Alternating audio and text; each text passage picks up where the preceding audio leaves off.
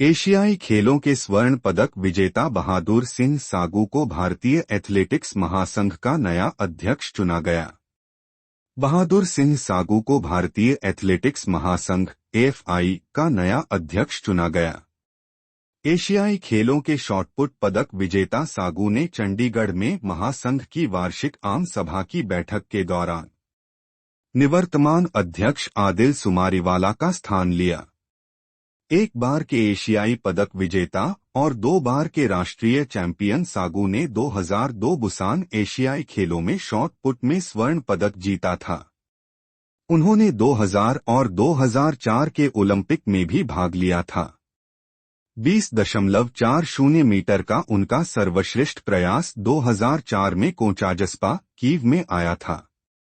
इस बीच संदीप मेहता, जो पहले वरिष्ठ संयुक्त सचिव के पद पर थे, को एजीएम के दौरान निकाय का सचिव चुना गया। केंद्र ने राजघाट पर प्रणब मुखर्जी के स्मारक के लिए स्थल को मंजूरी दी। केंद्र सरकार ने नई दिल्ली के राजघाट क्षेत्र में स्थित राष्ट्रीय स्मृति परिसर में पूर्व राष्ट्रपति प्रणब मुखर्जी को समर्पित एक स्मारक की स्थापना को मंजूरी दे दी है। नितिन गडकरी ने सड़क दुर्घटना पीड़ितों के लिए कैशलेस उपचार योजना की घोषणा की। केंद्रीय सड़क परिवहन एवं राजमार्ग मंत्री नितिन गडकरी ने सड़क दुर्घटना पीड़ितों को कैशलेस उपचार प्रदान करने के लिए एक नई योजना की घोषणा की। दुर्घटना के 24 घंटे के भीतर पुलिस को सूचित किए जाने पर इस योजना के तहत पीड़ित को तत्काल 7 दिनों के उपचार का खर्च या अधिकतम 1.5 लाख रुपए प्रदान किए जाएंगे। हिट एंड रन मामले में मृत्यु होने पर मृतक के तत्काल परिवार को 2 लाख रुपए मिलेंगे। मोटर वाहन के उपयोग से होने वाली सड़क दुर्घटनाओं के पीड़ितों को नकद रहित उपचार प्रदान करने के लिए पायलट कार्यक्रम चंडीगढ़ और असम में शुरू किया गया। 2024 में भारत में सड़क दुर्घटनाओं में 1.8 लाख लोगों की जान चली जाएगी। इनमें से करीब 30,000 मौतें हेलमेट न पहनने की वजह से होंगी। एक और चिंताजनक आंकड़ा यह है कि घातक दुर्घटना के 66% पीड़ित 18 से 34 वर्ष के बीच के थे। इसके अलावा स्कूलों और कॉलेजों के पास खराब प्रवेश और निकास द्वारों के कारण 10,000 बच्चों की मौत हो गई। वास्तव में बिना वैध लाइसेंस वाले ड्राइवरों की वजह से पिछले साल करीब 3,000 मौतें हुई। वित्त वर्ष 2025 में आर्थिक वृद्धि दर घटकर 6.4% रहने का अनुमान है, जो 4 वर्षों में सबसे कम है। सरकार द्वारा जारी पहले अग्रिम अनुमानों के अनुसार चालू वित्त वर्ष 25 के दौरान भारतीय जीडीपी अर्थव्यवस्था की वृद्धि दर 6.4% रहने का अनुमान है, जो 4 साल का निचला स्तर है, और वित्त वर्ष 24 में दर 8.2% की वृद्धि से तीव्र गिरावट है। वित्त वर्ष 2025 के लिए अनुमान आरबीआई के संशोधित अनुमान 6.6% से कम है।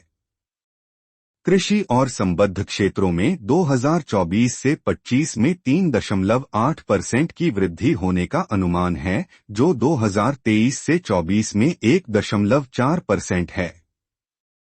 निर्माण क्षेत्र और वित्तीय, रियल एस्टेट और पेशेवर सेवा क्षेत्रों में क्रमशः 8.6% और 7.3% की वृद्धि होने का अनुमान है।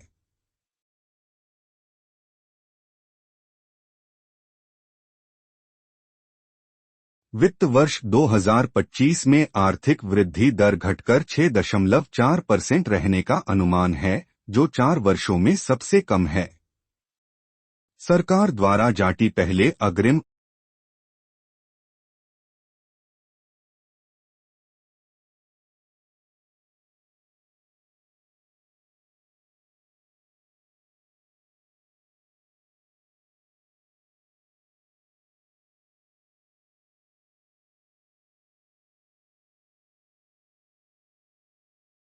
एनएसडीसी ने पूरे भारत में कौशल मांग और आपूर्ति का मानचित्रण करने के लिए एक्सिस माई इंडिया के साथ साझेदारी की है। राष्ट्रीय कौशल विकास निगम एनएसडीसी ने पूरे भारत में कौशल की मांग और आपूर्ति का रणनीतिक मानचित्रण करने के लिए एक्सिस माई इंडिया के साथ साझेदारी की है। इस सहयोग के माध्यम से एनएसडीसी एक्सिस माई इंडिया की अनुसंधान विशेषज्ञता का उपयोग उद्योग संचालित कौशल विकास पहलों को बढ़ावा देने के अपने मिशन का समर्थन करने के लिए करना चाहता है, जो प्रशिक्षण कार्यक्रमों को बाजार की जरूरतों के साथ संरेखित करता है। प्रधानमंत्री 8 जनवरी को आंध्र प्रदेश में हरित हाइड्रोजन हब की आधारशिला रखेंगे। प्रधानमंत्री नरेंद्र मोदी आंध्र प्रदेश में विशाखापत्तनम के पास पुदीमतका में एनटीपीसी ग्रीन एनर्जी एनजीएल की ग्रीन हाइड्रोजन हब परियोजना की आधारशिला रखेंगे। यह राष्ट्रीय हरित हाइड्रोजन मिशन के तहत पहला ग्रीन हाइड्रोजन हब है। इस परियोजना में लगभग 1,85,000 करोड़ रुपए का निवेश होगा।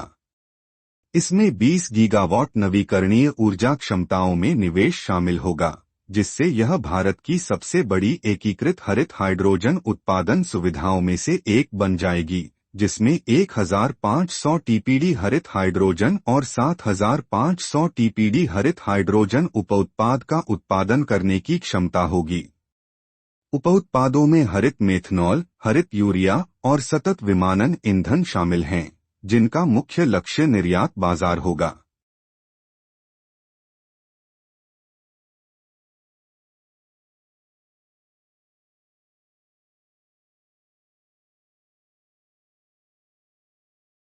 वित्त वर्ष 2025 में आर्थिक वृद्धि दर घटकर 6.4% रहने का अनुमान है।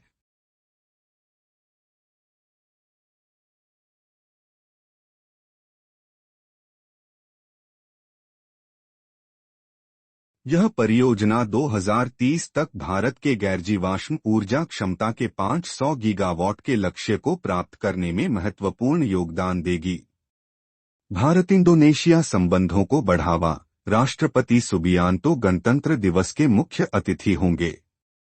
इंडोनेशिया के राष्ट्रपति प्रबोवो सुबियांटो ने 2025 गणतंत्र दिवस परेड के लिए मुख्य अतिथि बनने के लिए नई दिल्ली के निमंत्रण को औपचारिक रूप से स्वीकार कर लिया है। भारत के पहले गणतंत्र दिवस अतिथि इंडोनेशिया के राष्ट्रपति सुकर्णो थे। सत्य नडेला ने भारत में एआई क्लाउड इंफ्रास्ट्रक्चर को बढ़ावा देने के लिए $3 बिलियन के निवेश की घोषणा की। माइक्रोसॉफ्ट के चेयरमैन और सीईओ सत्य नडेला ने अगले 2 वर्षों में देश में क्लाउड और एआई इंफ्रास्ट्रक्चर के लिए $3 बिलियन के निवेश की घोषणा की। यह घोषणा बेंगलुरु में माइक्रोसॉफ्ट एआई टूर में उनके मुख्य भाषण के दौरान की गई। टेक दिग्गज ने 2030 तक 101 मिलियन लोगों को एआई में प्रशिक्षित और कुशल बनाने की भी घोषणा की। कंपनी ने पहले ही 2.4 मिलियन भारतीयों को एआई कौशल के साथ सशक्त बनाया है, जिनमें सिविल सेवक, कॉलेज के छात्र और विकलांग लोग शामिल हैं। एएफसी एशियन कप 2027 का आयोजन 7 जनवरी से 5 फरवरी तक रियाद, जेद्दा और अल खोबर में किया जाएगा। एएफसी एशियन कप 2027 सऊदी अरब के 3 शहरों रियाद, जेद्दा और अल खोबर में 7 जनवरी से 5 फरवरी तक आयोजित किया जाएगा।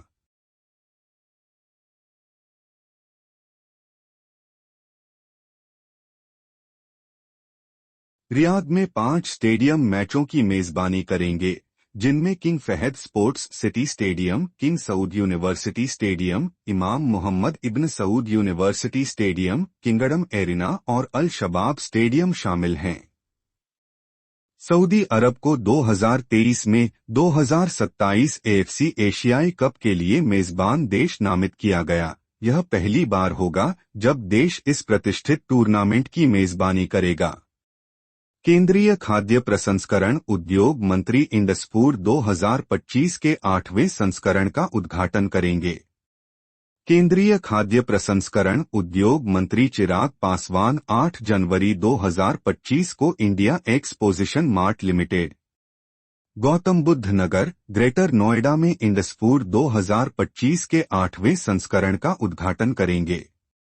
इंडसफूड एशिया की प्रमुख वार्षिक F&B व्यापार प्रदर्शनी है, जिसे भारत सरकार के वाणिज्य विभाग के सहयोग से भारतीय व्यापार संवर्धन परिषद द्वारा आयोजित किया जाता है।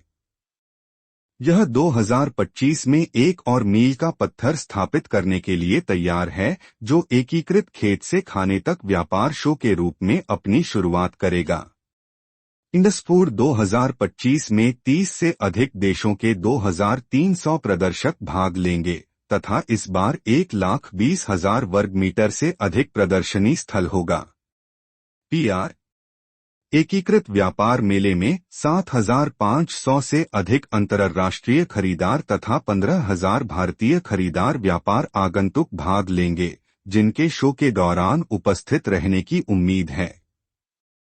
TPCI इंडस्फूड मैन्युफैक्चरिंग के चौथे संस्करण खाद्य प्रसंस्करण प्रौद्योगिकी, पैकेजिंग प्रौद्योगिकी, सामग्री और आतिथ्य प्रौद्योगिकी को शामिल करते